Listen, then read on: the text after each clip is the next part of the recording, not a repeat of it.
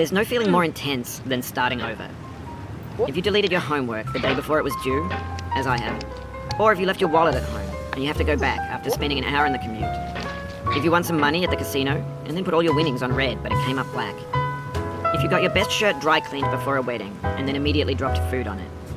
If you won an argument with a friend and then later discovered that they just returned to their original view. Starting over is harder than starting up. If you're not ready for that, like if you've already had a bad day, then what you're about to go through might be too much. Feel free to go away and come back. I'll be here. Alright, thanks for coming with me on this trip. I'll understand if you have to take a break at any point. Just find a safe place to stop and quit the game. And don't worry, I'll save your progress, always. Even your mistakes. This game is a homage to a free game that came out in 2002, titled Sexy Hiking. The author of that game was Jazuo, a mysterious Czech designer who was known at the time as the father of B games. And B games are rough assemblages of found objects. Designers slap them together very quickly and freely, and they're often too rough and unfriendly to gain much of a following. They're built more for the joy of building them than as polished products. In a certain way, Sexy Hiking is the perfect embodiment of a B game. It's built almost entirely out of found and recycled parts, and it's one of the most unusual and unfriendly games of its time. In it, your task is simply to drag yourself up a mountain with a hammer. And that act of climbing, in the digital world or in real life, has certain essential properties that give the game its flavour. No amount of forward progress is guaranteed. Some cliffs are too sheer or too slippery, and the player is constantly, unremittingly in danger of falling and losing everything. Anyway, when you start Sexy Hiking, you're standing next to this dead tree that blocks the way to the entire... A lot of people never got past it. You prod and you poke at it, exploring the limits of your reach and your strength, trying to find a way up and over. And there's a sense of truth in that lack of compromise. Most obstacles in video game worlds are fake. You can be completely confident in your ability to get through them once you have the correct method or the correct equipment or just by spending enough time. In that sense, every pixelated obstacle in Sexy Hiking is real. Oh, you just lost a lot of progress. That's a deep frustration, a real punch in the gut.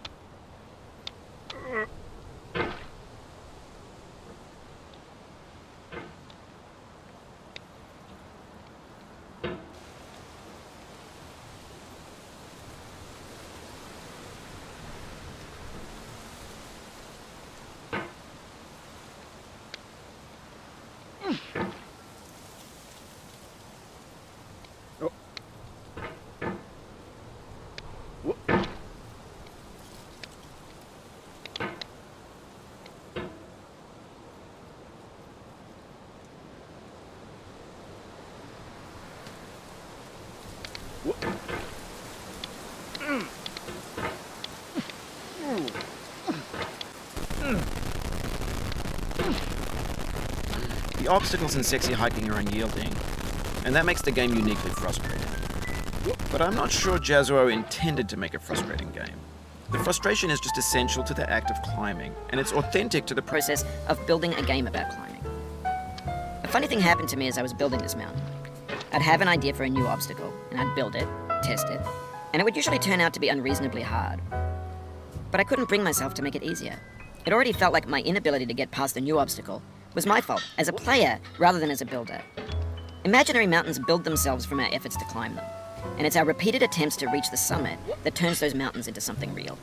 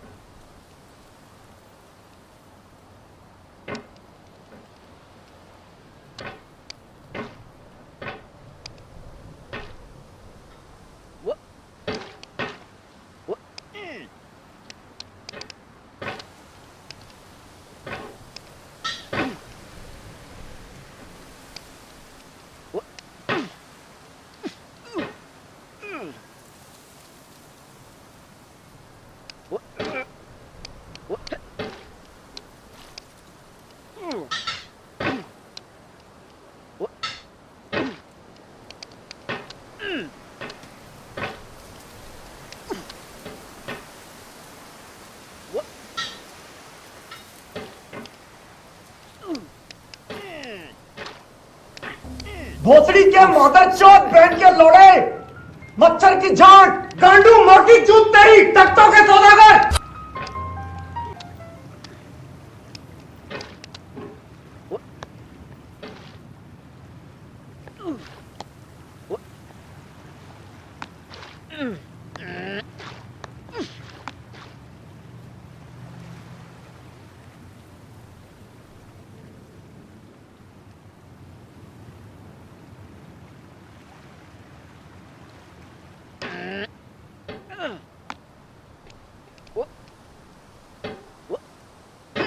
This thing that we call failure is not the falling down, but the staying down. Mary Pickford.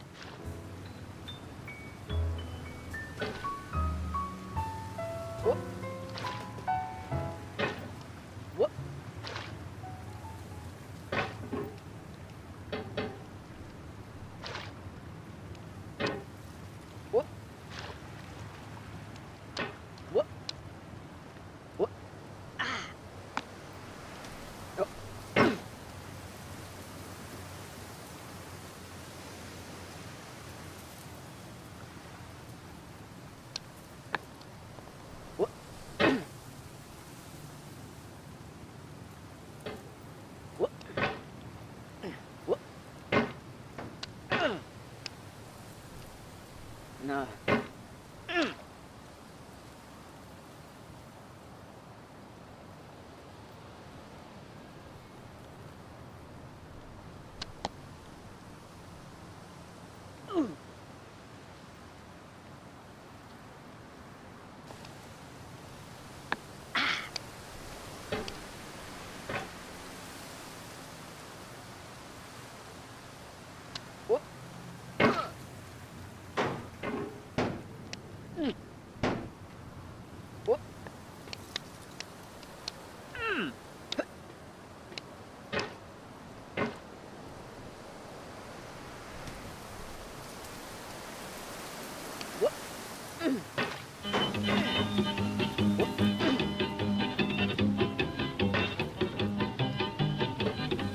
Get nasty over there, boy. Going down the road feeling bad. I'm going down the road feeling bad. Going down the road feeling bad, and I ain't going to be treated this way. Oh,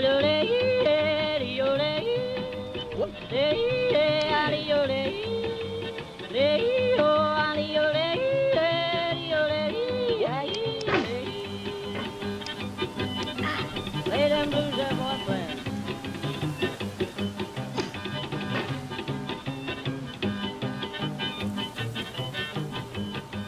Down in the jail on my knees. I'm down in jail on my knees. Down in jail on my knees, and I ain't going to be treated this way. They feed me on cornbread and cheese. They feed me on cornbread and cheese. They feed me on cornbread and cheese, and I ain't going to be treated this way.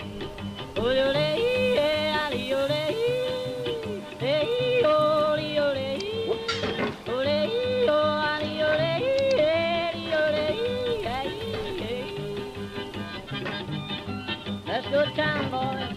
Hey, buddy. Oh, no, no. $10 shoe fits my feet. A $10 shoe fits my feet.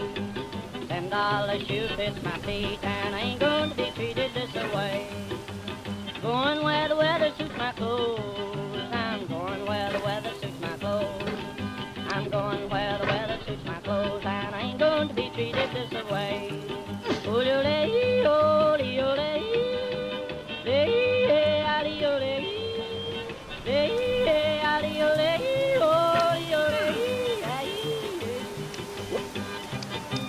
Turn down, boy, turn down. Hey! When you're building a video game world, you're building with ideas. And that can be like working with quickset cement. You mold your ideas into a certain shape that can be played with. And in the process of playing with them, they begin to harden and set until they're immutable, like rock. And at that point, you can't change the world. Not without breaking it into pieces and starting fresh with new ideas.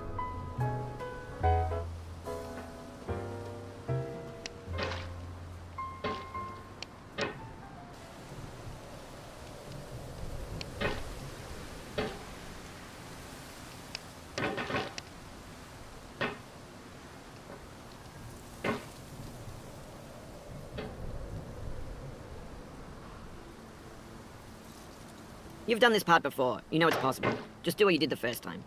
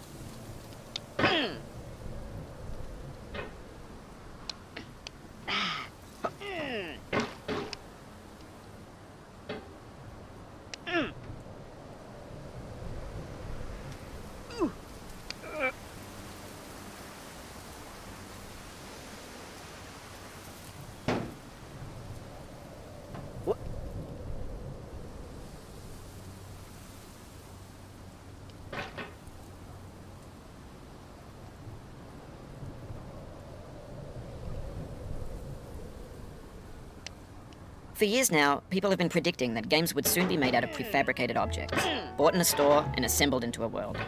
And for the most part, that hasn't happened, because the objects in the stores are trash. I don't mean they look bad or that they're badly made, although a lot of them are. I mean they're trash in the way that food becomes trash as soon as you put it in the sink. Things are made to be consumed and used in a certain context, and once the moment is gone, they transform into garbage. In the context of technology, those moments pass by in seconds.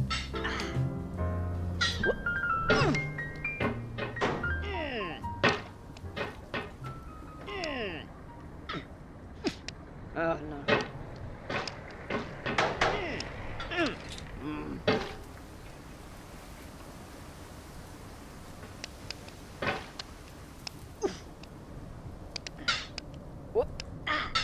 Over time, we've poured more and more refuse into this vast digital landfill that we call the internet. It now vastly outnumbers and outweighs the things that are fresh and untainted and unused. When everything around us is cultural trash, trash becomes the new medium, the lingua franca of the digital age. And you can build culture out of trash, but only trash culture. B games, B movies, B music, B philosophy.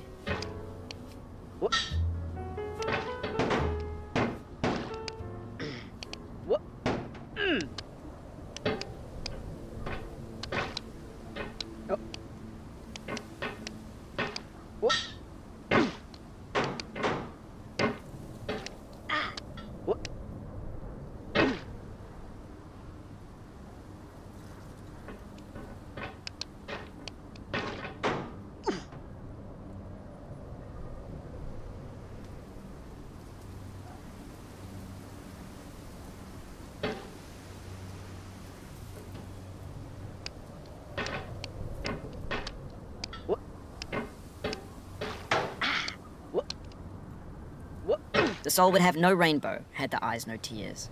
John Vance Cheney.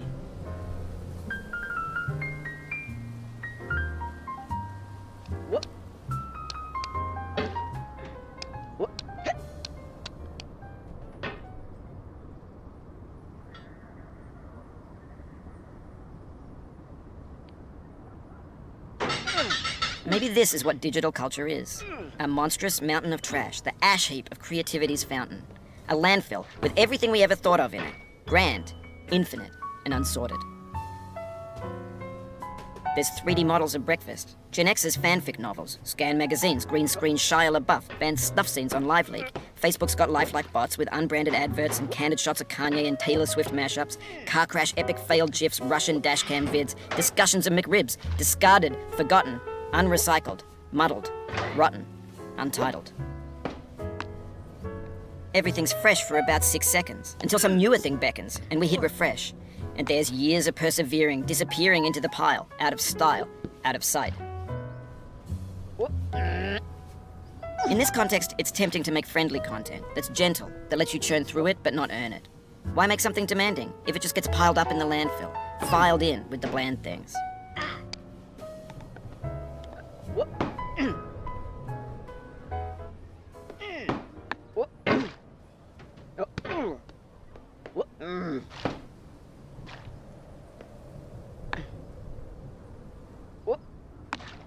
The pain I feel now is the happiness I had before. That's the deal. C.S. Lewis. I feel within me a peace above all earthly dignities, a still and quiet conscience. William Shakespeare.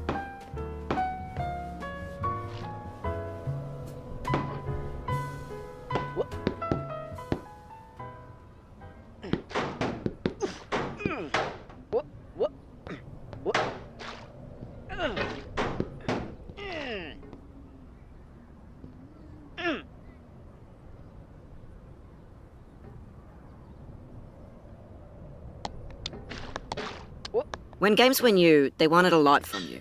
Daunting you, taunting you, resetting and delaying you. Players played stoically. Now everyone's turned off by that. They want to burn through it quickly. A quick fix for the fickle, some tricks for the clicks of the feckless. But that's not you, you're an acrobat. You could swallow a baseball bat. Now I know, most likely you're watching this on YouTube or Twitch, while some dude with 10 million views does it for you. Like a baby bird being fed chewed up food. That's culture too.